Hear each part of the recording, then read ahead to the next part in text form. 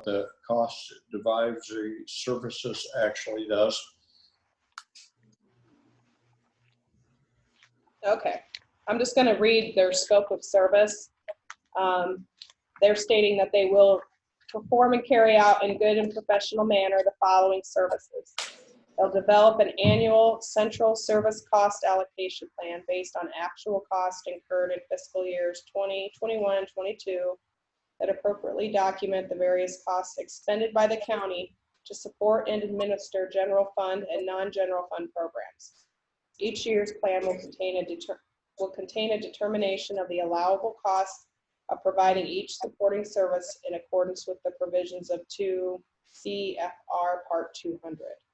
The types of services to be included in each plan shall include items such as accounting, payroll, purchasing, IT, human resource, and legal services, building occupancy costs, and other centrally budgeted items, such as insurance, dues, memberships, annual audit. The consultant will analyze all required data, perform all cost allocation calculations, and complete each cost allocation plan in the required form to be submitted for federal and/or state approval. So they analyze all of our expenses, and that's what determines the amount of money we get back from the state for covering the cost of the DHS office here locally. I think it's important also to note that this company does this service for 93 of our 99 counties.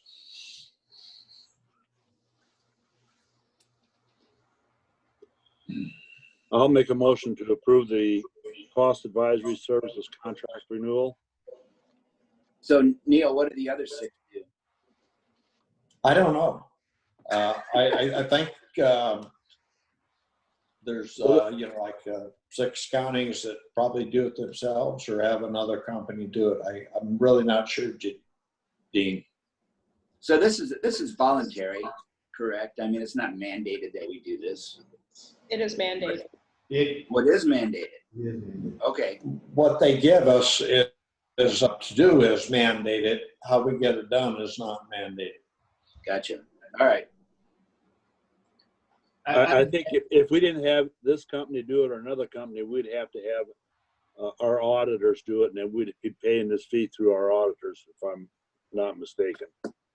There was another company that used to do this, and I think they're totally, I don't know if they're even in the picture anymore. I would imagine that the 6 counties are the larger 6, and they have a large auditor's office. They probably do their own budgeting and the whole 9 yards too.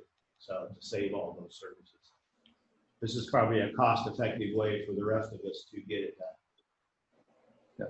Yeah. Okay. I appreciate the fact that they've kept their rate the same, and it will be the same for the next 3 years as well. Yeah.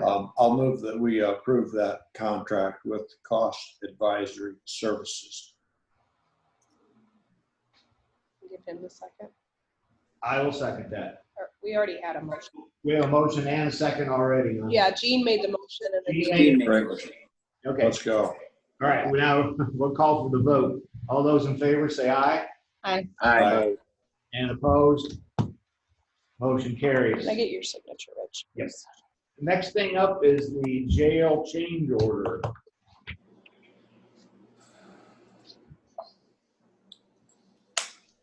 It looks like that change order is to do with the elevator and some original. When we took 500,000 out and from various things, and now we have added some back in through the elevator. And I think that's what this generated, this change order. There's other things involved other than the elevator too, and a lot of hardware involved. Do you have a copy of the change order? Yeah, I agree with you, Neil. Was this part of the cells too? For the hardware, the electronic part of the cells, was that a change in there too? Yes, the elevator was 124 thousand basically of the $170,000 change order. So there's quite a bit involved, or a significant amount, with the different other changes, and a lot of it has to do with hardware and security and electrical modifications. Well, one of them was that, wasn't there that one section of cells they had to move back 6 inches or something? You remember, Ken? I remember him talking about it, and I hadn't seen this until today.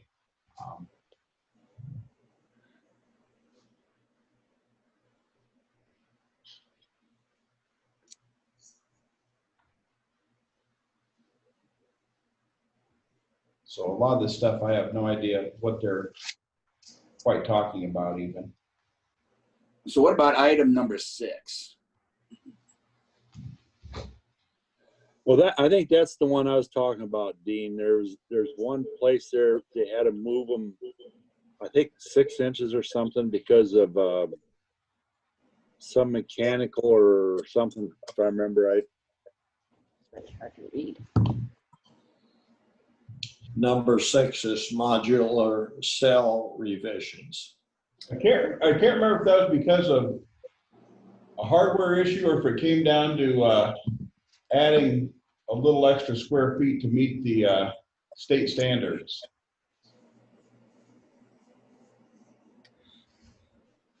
All right.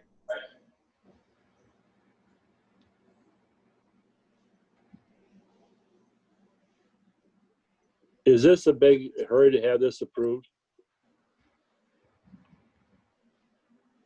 I would suggest that maybe we have either Tony or Mike sit in a meeting and explain these all to us. That wasn't going to be my recommendation, that if we're going to have change orders, we need to have a meeting with Shy, or either by Zoom or something, to at least discuss these so we know in advance exactly what we're talking about. I think we've talked about these all, but I don't remember them all for sure. That's particularly number 9. I don't remember that one. But I think it'd be nice they go down there so we understand it. Thank you. Does anyone know what the, I'm talking about number 9, Barracuda boxes for bunks is? I know what that one is. That's a, under the bunks, there's a rail system, and then each prisoner will have, for that, might be a 2-person bunk, top and lower. So there'll be 2 boxes underneath that slide on rails that hold their property, and then slide back in. Basically, they're indestructible boxes. So there'll be whatever number of those to match the number of beds. Okay. Thanks, Kim. Does somebody want to invite Michael to the next board meeting so he can explain these, or? Did you see a pressing issue about getting paid? I would assume. Penalties or interest? No, but obviously the work hasn't been completed because the board hasn't signed off on it. So the only thing I would say is it's going to hold up things. Right. Obviously, that's the only thing I could see.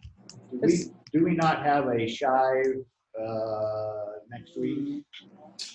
I've got them scheduled for the 25th. Is that correct? That's what I have too, Neil. Yeah. Okay. Next Thursday. Next Thursday. Next Thursday. Okay, so we could bring this subject up with them Thursday, and then we maybe approve it next Monday or disapprove it, however, whatever we so choose. It's a week from Thursday that we Oh, it's a meet week. with it. Yeah, next week. The 25th. The 25th I've got. If Right. Maybe we could invite Tony or Michael, whichever, or both, to join us next Monday for discussion on it. Maybe that'd be the best way to do it. And Yeah, Ken, like I say, I think we've talked about these all, but it's just a matter of that refresh our mind, because they've got it kind of coded there, so you don't know for sure what you're. right. And maybe Ken can talk to him in the interim time, and he can get an email out to us that this, in English, what each one of them's about. I will do that today. Does that make sense? Yeah, And then we'll bring it I up. like that idea. We'll bring it up next Monday. And if Ken thinks that we can invite him to join the Zoom meeting next Monday. Basically, we're pushing this till next week. How about I send an email to them and to all you guys, and I'll scan this in and just have them explain it. Okay. And maybe that'll make it clear enough that they could avoid the meeting if they're not able to be there. Yeah, is that okay? If we need more explanations, we invite them, but if we understand it, then we're okay with it? yep. Yeah, I just want an explanation. Okay, very good. I think it's a good idea. There's a few of these on here, I have no idea. So essentially, we're going to table this change order until next Monday. All right. You need a motion on that or just let her go? Okay, fireworks permit for Central Church. You can, yeah. Let's see. It's for the 26th of Yeah. June.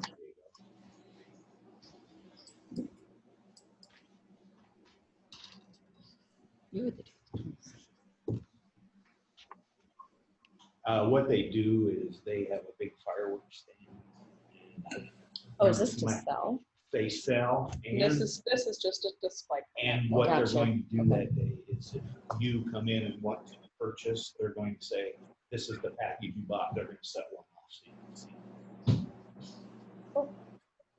Oh, And they're just getting the permit so they can do that very presentation. gotcha. Okay. Good. Did everybody get that? Well, Yep. Okay. I'll make a motion to approve it. I'll second. Okay, we have a motion and a second on the fireworks permit. Central Church, any more discussion? If hearing none, I'll call for the vote. All those in favor say aye. Aye. Aye. And opposed? Motion carries. Signature on that, Rich, please. Okay.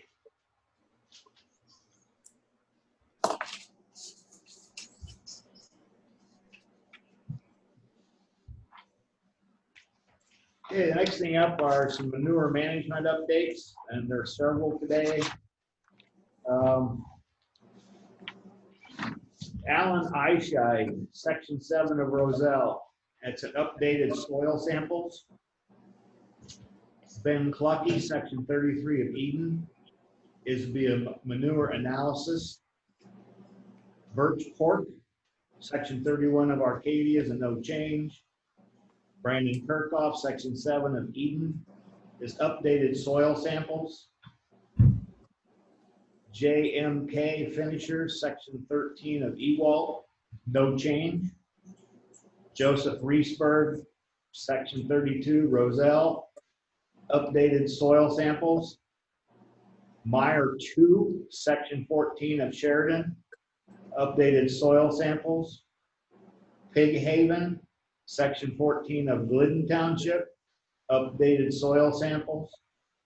Connor 1, Section 14 of Grant Township, is updated soil samples. Ranch Creek, Section 25 of Sheridan, updated soil samples. Randy Cohurst, Site 1, Section 16 of Wheatland, updated soil samples. Randy Cohurst, Site 2, Section 32 of Wheatland, updated soil samples. Stengel Site, Section 17 of Washington, is crop rotation for optimum yields. Connor North, Section 20, Jasper, updated soil samples. Timber Lane, Section 6 of Glidden, no change. 749 Woodford Creek, Section 11, Pleasant Valley, no change. Okay, committee report.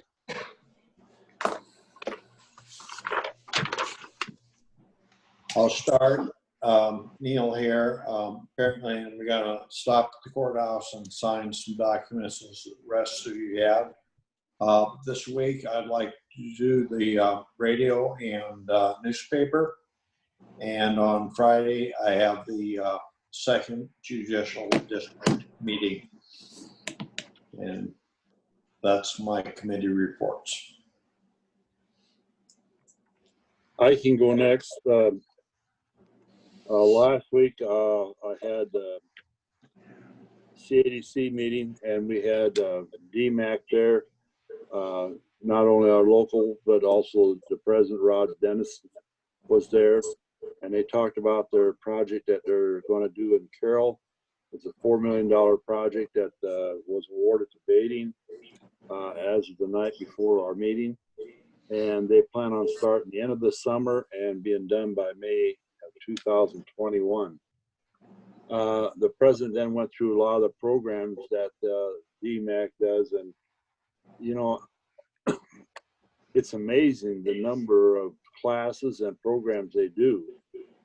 I did not realize that when you go through the airport, all the TSA people, they have a contract now that they train that whole, the entire United States on TSA, those people. They do that program for that. They've got that all through them now. And it's just amazing if you listen to them, the number of programs and what they've got all going on. This week I have got, really, I think the only thing is a coalition on Friday. And that's my week. I can go next. Oh, you know what? I think I've also, excuse me, I have a Yes Center on Friday. So I probably won't be able to make the coalition because I'll be both at the same time. Okay, Dean, go ahead. So I can go next. I took several calls on COVID-19, and but the thing that I had was a Region 5 hazmat meeting on Wednesday, and it had to do with those meeting were Scott Jacobs, the chairman, the vice chairman, myself, the fire chief in Fort Dodge, and the city manager of Fort Dodge. And we're reviewing right now the contract that expires, a 10-year contract that expires this year. And a lot of it is just changing of addresses and calling a contamination trailer. Now we're calling it a decontamination truck. Those types of things, you're just updating. But there was one thing that the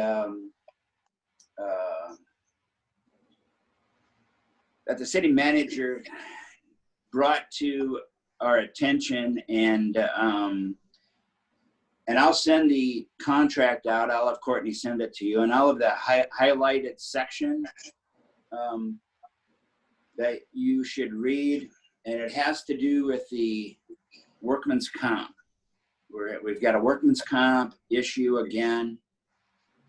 It's actually not even workman's. It has to actually do with health insurance as well, and they want some coverage. The city manager up there in Fort Dodge says that they self-insure their workman's comp. It would be so expensive for their fire department to have workman's comp insurance. The premium would be prohibitive. So they self-fund. So his claim is that under the clause in the contract,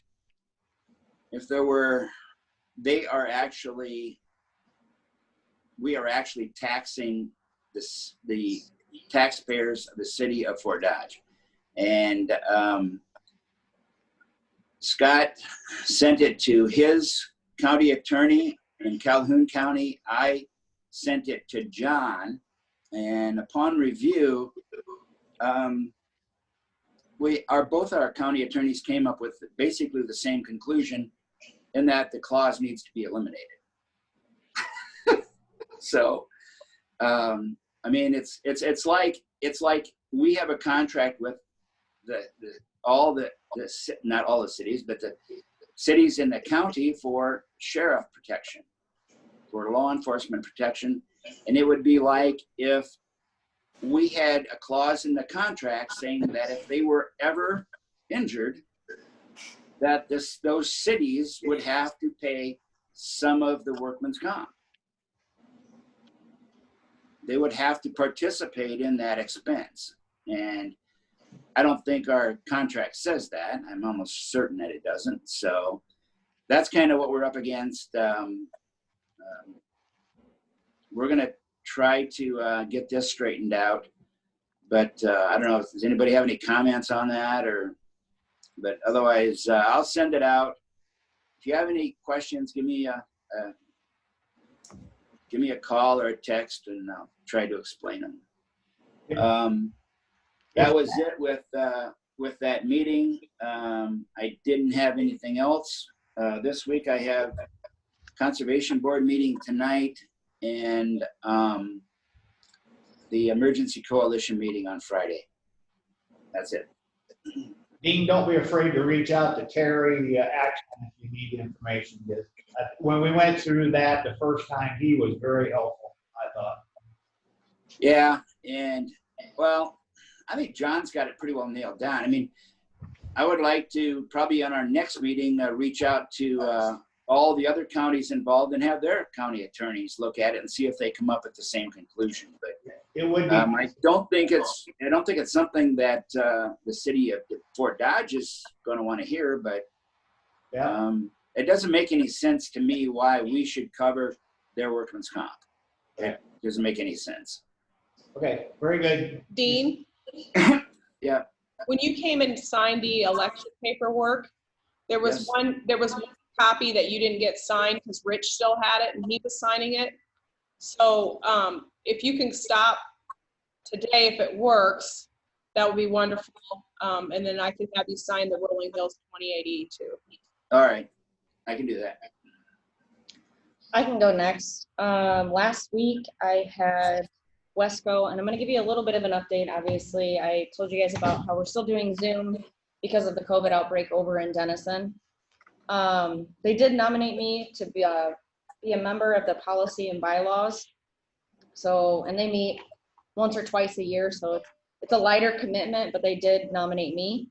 In the month of May, they did COVID testing for all their employees, in which 99 employees were tested and 0 positive. With the little hiccup that they had with the union negotiation, but they have all tested and they have since come back negative. The Rolling Hills Governance Board voted in May to allow Wesco to move forward with the second stepping stones, so they will be working on that in the upcoming months. As far as financials, they had a loss of $45,402.10, but a profit for the overall year for $191,896.88. They did do a hero payment of approximately $147,000 to their employees, and a lot of that still is part of that PPP program. And they are looking for a program coordinator for the Dayhab ADS position. Other than that, I do have a copy of their income financial statement if you guys would like for me to make a copy, or I can just leave it in the boardroom. If you do come in, you can take a look at it. And then Saturday, I had the honor of hosting Senator Joni Ernst, and we did a little bit of a Main Street walk. She stopped to talk to local businesses. Our stops were Queen Beans, Carroll Brewery Company, the Carroll Public Library, and then Western Iowa Sleep, which is Brian Best's building, and then WindStar Star Destinations. And I think it went very well. She was very informative. She got a lot of great feedback as far as PPP, and everybody had some concerns that we're ready to get the economy up going, and they explained and expressed how COVID has changed their ways of business. It was about a total of an hour. And then this week, today, I have Carroll Area Daycare at noon, and then Emergency Coalition on Friday, one of the days. That's it. Any questions? Okay. I I had a lot of phone calls last week, and I talked to Gene several times. We're still working with the general assistance thing. I think this is an opportunity to get that headed in a direction that will last us a long time. So we'll continue with that. We get the information. I want to get it in everybody's hands so they can have a chance to review it, read it, and compare what we were talking about. So we'll get that to you as soon as we can. On last Thursday was the official meetings that I were at. Region 12 at noon. Some of the highlights of that meeting, there is a new RLF program out that will total 1.8 million. That's revolving loan funds. It's for loans that have jobs tied to them, economic benefits for communities. And that money where the Region 12 will be applying for it again, how much we'll get or how it's still up there, but there is 1.8 million available to us. Summit Ridge in Wall Lake, that apartment unit and low income handicap project. There's been 3 apartments. 2 of the 3 are rented. 1 has application pending, so that will soon be full. Glidden is the city of Glidden's looking at doing some apartments, and they will be pursuing that. Beth Townsend's last day for Iowa Workforce is coming up the end of this month. In fact, I think she's done now because she's on vacation. Region 12 has no interest of getting back into the Iowa workforce in any way. So when that runs out in June 30th, that program will cease to exist out there. Rick has still got his fingers in with a little bit with the region mergers. He's just got a lot of vast knowledge, and that's why we're keeping him involved. We did approve a loan for a company here in Carroll that's doing a little expansion, and that will be out in the public soon. Next up was the waste agency. That was at 4 o'clock. The highlights of that was Foth, which is a company that does several things for the county. One of the things that they do is they do a projection of all waste, recyclables, everything that we do. They did a 10-year projection that was presented at this meeting. Recycling continues to not make money, and the long-term look, it does not show that it will. The plastics now we're basically down to number 1 and number 2 plastic. That's all that we have a market for. The cardboard market has rebounded a little bit. We're not sure why exactly that is there, but that has rebounded, and we're not going to knock it because that does help us quite a little bit. That was something that we were getting about $15 a ton for. Now we are currently getting $100. So that does help a lot. The recycling for appliances, we will be discontinuing that at the recycling center. How that program was working before was Quant wanted out. They kind of didn't want into the public side of it. So people would bring it to us, we would take it over to Quant's and get rid of it. But now we've just had through talking with Quants, they're going to go back to just taking them right straight to Quants now and cut off the middle side of this. Just a in and out deal for us. Become an expense actually, more money going out than coming in. There are still some negotiations with Cass County on part of just a little piece of their waste. They are currently getting close to being exhausted and have land issues where they can't go any bigger. It'd be about 9,000 tons right now is what we're first looking at. And that's still under negotiation, and they're taking in consideration. And I think there's 7 different waste agencies bidding on it. I think even Metro East and Metro West are bidding against each other on it. So it's a strange game that's going on. The fence that we had trouble with, that's back up. The pole's been replaced, and that has been signed off that it is done. We finally got seated on some of the new cell.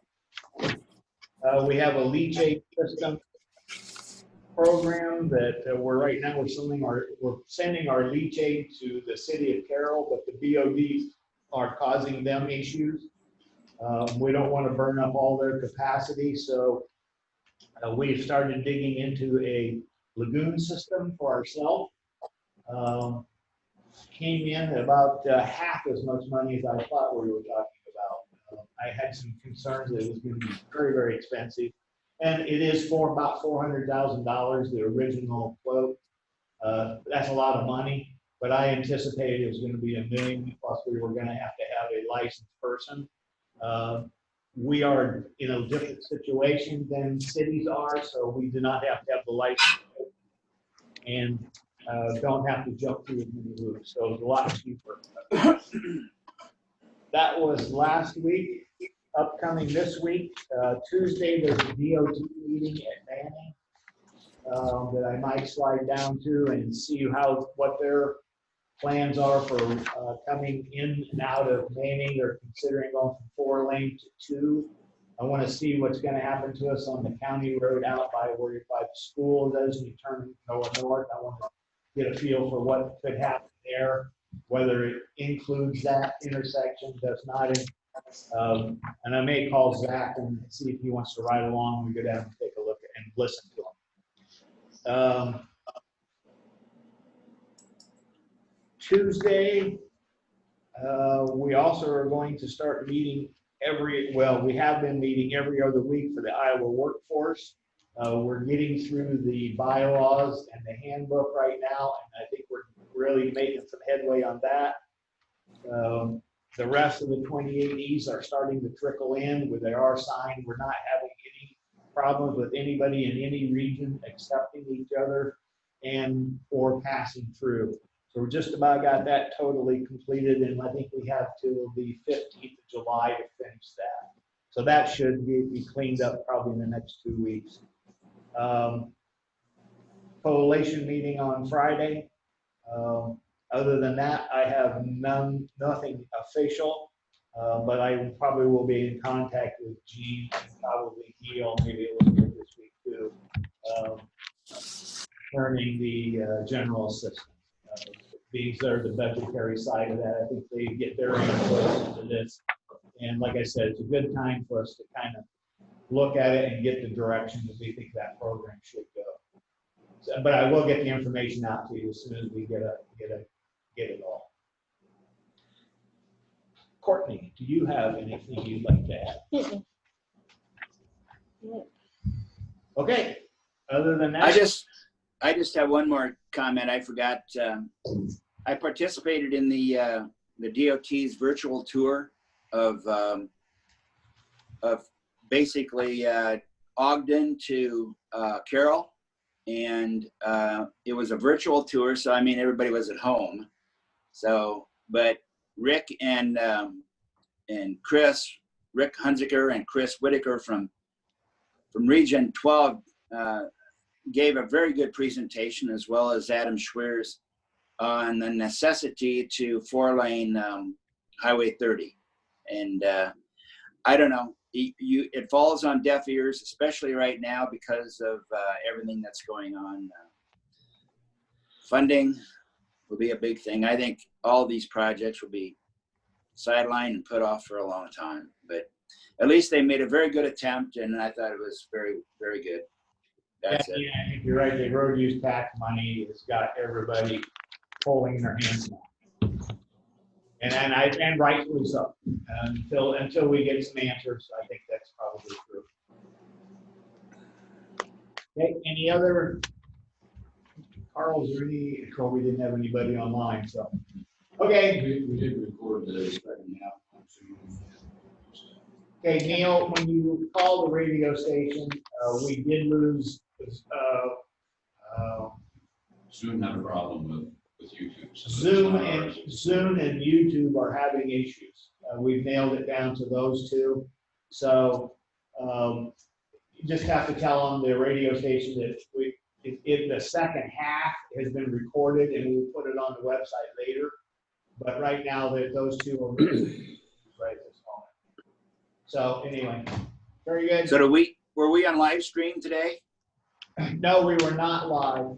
Oh, okay. We were not live. We tried, we were gonna get the second half up, but that's all we're gonna get up. So one of those unfortunate deals that we have to deal with going forward.